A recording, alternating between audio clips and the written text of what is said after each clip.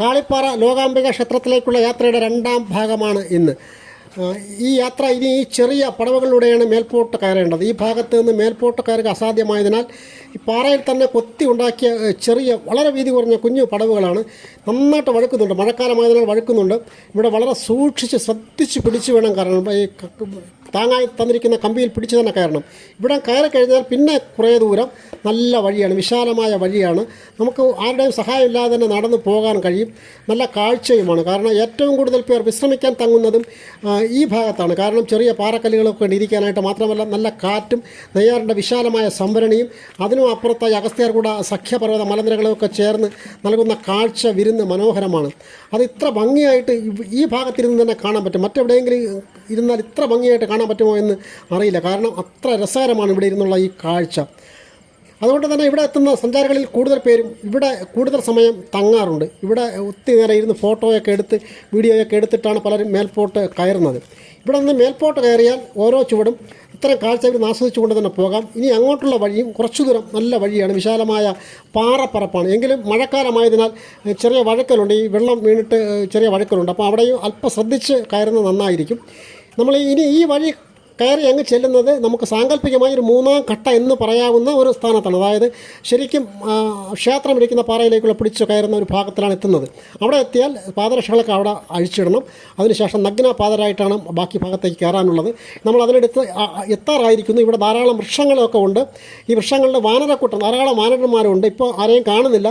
എങ്കിലും വാനരന്മാരുടെ വാസസ്ഥാനവും സഞ്ചാര പദവും ഒക്കെയാണ് ഈ ഭാഗം. ഇവിടെ പാദരക്ഷകൾ അഴിച്ചിട്ട് നമ്മൾ ഇനി അടുത്ത ഘട്ടത്തിലേക്ക്, അതായത് ക്ഷേത്രത്തിലേക്കുള്ള വഴി പടവുകളല്ല പാറ തന്നെയാണ് ഇവിടെയും കയറുകയാണ്. ഇവിടെ വളരെ കുത്തുപാറയാണ്, സ്റ്റീപ്പാണ്.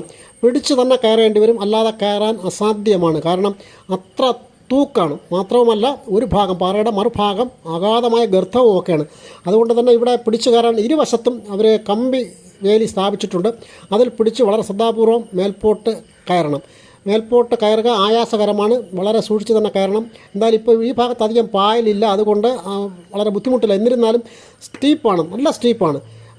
ശ്രദ്ധിച്ച് കയറി നേരെ എത്തുന്നത് ക്ഷേത്രത്തിൻ്റെ തിരുമുറ്റത്തേക്ക് മുമ്പിലേക്കാണ്, അതായത് പാറയുടെ ടോപ്പിലേക്കാണ് നമ്മൾ എത്തുന്നത്. ഇവിടെ നിന്ന് മേൽപോട്ട് കയറി എത്തിയാൽ ഇനി നമുക്ക് പാറയുടെ ടോപ്പ് ഭാഗത്താണ് നമ്മൾ എത്തുന്നത്. ഇവിടെ നിന്ന് നോക്കിയാൽ നല്ല കാഴ്ചയാണ്. ഈ കാഴ്ചയൊക്കെ കണ്ട് പതുക്കെ സാവധാനം നടന്ന് കയറാം. എന്താ ഇത്രയും സ്റ്റീപ്പ് കാണാം, വീഡിയോ കാണുമ്പോൾ തന്നെ അറിയാം. വളരെ ഹൈറ്റാണ്, വളരെ ഹൈറ്റിൽ നമ്മൾ എത്തിയിരിക്കുന്നു. കുത്തനെയുള്ള കയറ്റമാണ് ഈ ഭാഗത്ത് പാറ. ഒരു സൈഡ് അഗാധമായ ഗർത്തമാണ്. അതുകൊണ്ട് തന്നെ ആ കമ്പി വേലിയുടെ അരികിലേക്ക് പോകേണ്ടതില്ല. മധ്യഭാഗത്ത് കൂടെ ചേർന്ന് നടന്ന് വന്നാൽ മതി. വഴി വിശാലമാണ്. ഇടയ്ക്ക് സാധനങ്ങൾ കൂട്ടിയിട്ടിട്ടുണ്ട്. ഈ ക്ഷേത്രത്തിൻ്റെ പുനർനിർമ്മാണം നടക്കുകയാണ്. അതിനുള്ള സാധനങ്ങളാണ് ഈ നമ്മൾ വരുന്ന വഴിയിൽ തന്നെ ഈ കൂട്ടിയൊക്കെ ഇട്ടിട്ടുള്ളത്. ഏതായാലും നമ്മൾ ഏതാണ്ട് ടോപ്പിലെത്തിയിരിക്കുന്നു. ഇനി കുറച്ച് ദൂരം മാത്രം ക്ഷേത്രത്തിൻ്റെ നടയിലെത്താനുള്ളൂ. ഇവിടെ നിന്ന് വിശാലമായ കാഴ്ചയൊക്കെ കാണാം. ആകാശവും ഭൂമിയും ഒക്കെ ഒന്നായിരിക്കുന്ന, അല്ലെങ്കിൽ ഭൂമി ആകാശത്തിനോട് തൊട്ടുരുമ്പുന്ന കാഴ്ച ഇവിടെ നിന്ന് കാണാം. വളരെ ഭംഗിയുള്ള ഒരു കാഴ്ചയാണ്. ഇവിടുത്തെ ദീപാരാധന ഏതാണ്ട് സമയം 6 മണിയായിരിക്കുന്നു. ക്ഷേത്രത്തിലേക്ക് കടക്കുകയാണ് നമ്മൾ. കാരണം 6:30 ദീപാരാധന. ഇവിടുത്തെ ദീപാരാധനയ്ക്കൊരു പ്രത്യേകതയുണ്ട്. അസ്തമയ സൂര്യനും പൗർണമി ചന്ദ്രനും, പൗർണമി നാളിലാണെങ്കിൽ അത് കണ്ടുകൊണ്ട് നമുക്ക് ദീപാരാധന തുടരാൻ സാധിക്കും. എന്തായാലും ഇന്ന് പൗർണമി അല്ല, മാത്രമല്ല അസ്തമന സൂര്യനെ കാണാനും പറ്റുന്നില്ല, കാരണം കാർമേഘങ്ങളൊക്കെ ഉണ്ട്. എന്നിരുന്നാലും ദീപാരാധനയും മറ്റ് വിശേഷങ്ങളുമാണ് ഇനി അടുത്ത ഭാഗത്തിൽ വരുന്നത്. അതുകൊണ്ട് തന്നെ ഈ വീഡിയോ ഇഷ്ടമായാൽ ഇത് ഷെയർ ചെയ്യുക. തുടർന്നുള്ള ഭാഗം കാണുന്നതിന് വേണ്ടി നമ്മുടെ ചാനൽ സബ്സ്ക്രൈബ് ചെയ്യുക, പേജ് ഫോളോ ചെയ്യുക. നല്ല നയന മനോഹരമായ കാഴ്ചകളും ഒക്കെ ഇനിയും ഉണ്ട്. അത് കഴിഞ്ഞ് നമുക്ക് ദീപാരാധന കഴിഞ്ഞ് നമ്മൾ തൊഴുതിറങ്ങുന്നുള്ളൂ.